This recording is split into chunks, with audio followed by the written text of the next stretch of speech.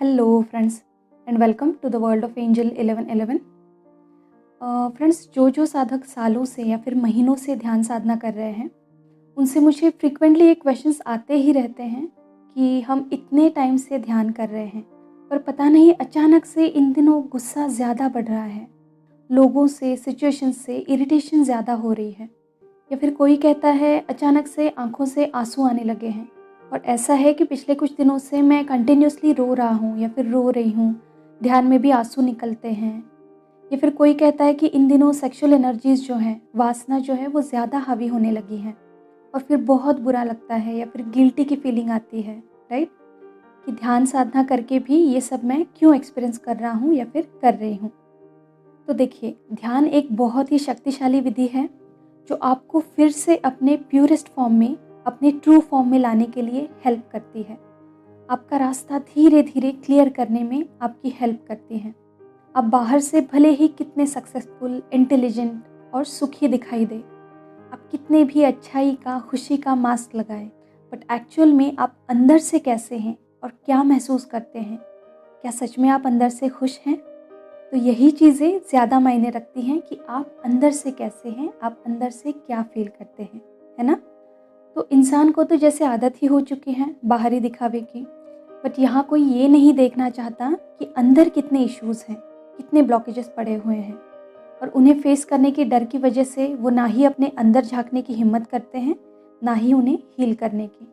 और फिर ये जो सारे इश्यूज़ हैं ये सुप्त रूप में अंदर पड़े रहते हैं और फिर जैसे जैसे टाइम निकलता है ग्रेजुअली उनके बड़े बड़े ब्लॉकेजेस बनते जाते हैं।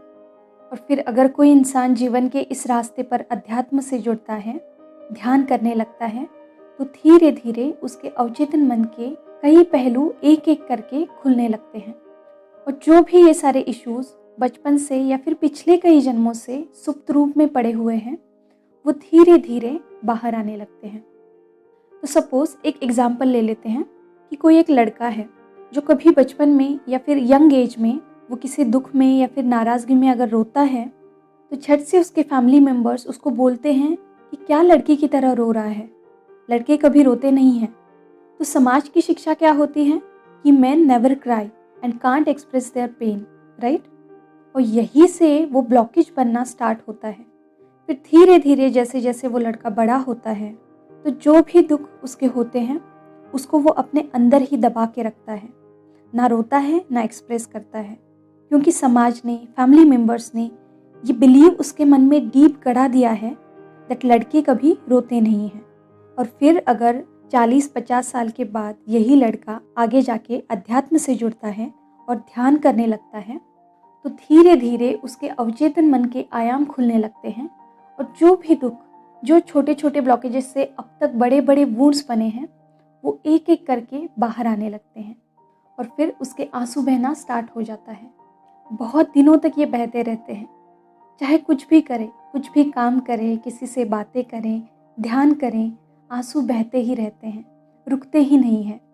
और इसी दौरान कभी कभी क्या होता है कि पास्ट लाइफ के जो दुख हैं, पास्ट लाइफ का जो पेन है वो भी धीरे धीरे बाहर आता है और आप समझ ही नहीं पाते कि ये आंसू किस वजह से हैं, क्योंकि आपको पता नहीं होता कि कितने जन्मों का दुख आपके अंदर पड़ा है, कितने वुंड्स आपके अंदर पड़े हैं, राइट। तो ये सब मेडिटेशन के प्रैक्टिस करने से धीरे धीरे बाहर आने लगते हैं, ठीक है। चलिए अब दूसरा एक एग्जांपल ले लेते हैं।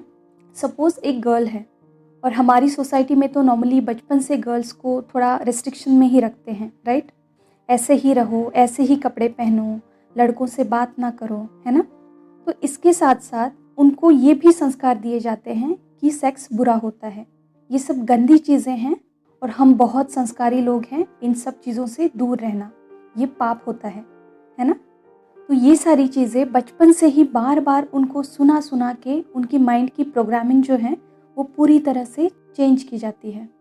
तो वो लड़की धीरे धीरे जैसे बड़ी होने लगती हैं तो वो भी सेक्स के बारे में बुरा सोचने लगती हैं। नेचुरली जो उम्र के हिसाब से इमोशंस उभरते हैं तो उनको भी वो दबाने लगती हैं, या फिर किसी किसी के केस में तो इतनी गहरी प्रोग्रामिंग होती है कि उनके ये इमोशंस बाहर आते ही नहीं हैं जिस एज में वो आने चाहिए। और फिर मैरिज के बाद उनको इन सब चीज़ों के लिए शुरुआत में बहुत दिक्कत हो जाती है। तो जब भी ऐसे लोग, लड़का या फिर लड़की कोई भी हो सकता है ना, तो जब भी ऐसे लोग स्पिरिचुअलिटी में आते हैं, ध्यान साधना करने लगते हैं और जब उनके अवचेतन मन के आयाम खुलने लगते हैं, तो धीरे धीरे बाकी ब्लॉकेजेस के साथ साथ ये ब्लॉकेज भी बाहर निकलता है और फिर वो वासना जागृत होने लगती है, इस जन्म की भी और पता नहीं पास्ट के कितने जन्मों की भी। ठीक है, तो देखिए, नियति ने हमें ये मानव शरीर दिया है, तो इसके हिसाब से फिजिकल इंटीमेसी ये चीज़ नेचुरल है, राइट, नॉर्मल है और हमें उसे वैसे ही एक्सेप्ट करना चाहिए। उसके प्रति बुरा भाव बिल्कुल भी नहीं रखना चाहिए। देखिए, चीज़ें गलत तब बन जाती हैं जब आप पे 24 घंटे सेक्सुअलिटी हावी हो जाए, है ना, आप मल्टीपल पार्टनर्स रिलेशनशिप रखें, राइट, या फिर इसके विपरीत आप बिल्कुल भी उसको डिनाई करें। हमेशा ध्यान में रखिए कि हर एक चीज़ के लिए बैलेंस में रहना ज़रूरी है। ठीक है, ना ही किसी चीज़ को अति करें और ना ही उसके प्रति बिल्कुल भी सुन्न हो जाएं। ये दोनों ही स्थितियाँ एबनॉर्मल होती हैं, तो बेहतर है कि आप बैलेंस की स्टेट में ही रहें। तो सारांश ये है कि ध्यान से आपके अवचेतन मन के अलग अलग आयाम खुलने लगते हैं और जितने भी इश्यूज, इमोशंस उसमें सुप्त रूप में पड़े हैं, इस जन्म के या फिर पिछले जन्मों के, वो सारे धीरे धीरे बाहर आने लगते हैं। बट ये बाहर कब आते हैं, ये हर एक के ध्यान के गति पे डिपेंड है, राइट। कोई लोग बहुत ही कम समय में ध्यान में गति कर लेते हैं, तो उनको कुछ महीनों में या फिर कभी कभी कुछ दिनों में भी इसका फ़र्क दिखता है, ये इश्यूज़ उनके उभरने लगते हैं। बट कुछ लोगों को सालों लग जाते हैं, बट फिर भी इनके ये इश्यूज़ उभरते नहीं हैं। नॉर्मली दीक्षा या फिर अट्यूनमेंट दिए हुए जो स्टूडेंट्स होते हैं, जो साधक होते हैं, उनमें ये जो इश्यूज़ हैं वो जल्दी उभरने लगते हैं और उसके पीछे रीज़न ये है कि उस दीक्षा की वजह से उनके सोल में, उनके बॉडी में जो एनर्जीज चैनल की जाती है, वो उनके ग्रोथ के लिए एक ज़बरदस्त पुश बनती है और इसीलिए उनकी सोल ग्रोथ जल्दी होती है। ठीक है, तो घबराने की कोई ज़रूरत नहीं है, ना ही चिंता करने की और ना ही गिल्टी फील करने की ज़रूरत है। ये जो भी इमोशंस है, क्रोध है, भय है, मोह है, मत्सर है या फिर वासना है, इनको एक्सेप्ट करिए। ठीक है, क्योंकि ये हीलिंग के लिए ही बाहर आए हैं। इन सबको एक अपॉर्चुनिटी समझिए, क्योंकि बेहद मुश्किल होता है कि इन सब जन्मों से सुप्त रूप में पड़े हुए जो इमोशंस हैं उनको बाहर निकालना, और इसके लिए ध्यान या फिर साधना, ये एक ही माध्यम बहुत पावरफुल है और ये बाहर आते ही हीलिंग के लिए है। तो जब भी आप इस तरह के इमोशंस फील करें, तो रिलीज रिचुअल करके इन्हें पूरी तरह से रिलीज कर दीजिए। ठीक है, और अपनी ध्यान साधना को करते रहिए। और हाँ, आज सुपर फुल मून है ना, तो आज के दिन फुल मून मेडिटेशन करें। Release ritual is most important, क्योंकि फुल मून रिलीजिंग के लिए बेहद अच्छा माना जाता है।